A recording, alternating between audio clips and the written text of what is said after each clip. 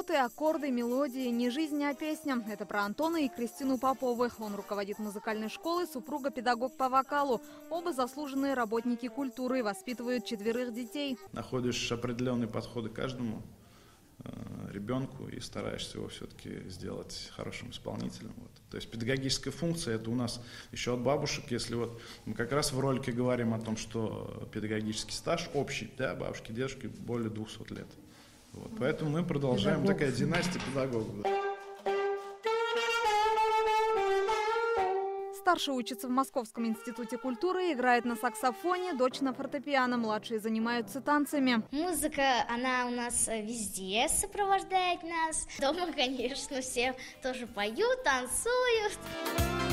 Жизнь любит смелых у руля, и бедняка, и короля.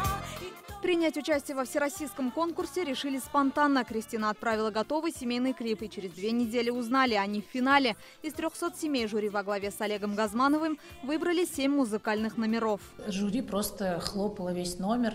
Вот Олег Газманов там снимал на телефон, такой: ура, браво, браво, так.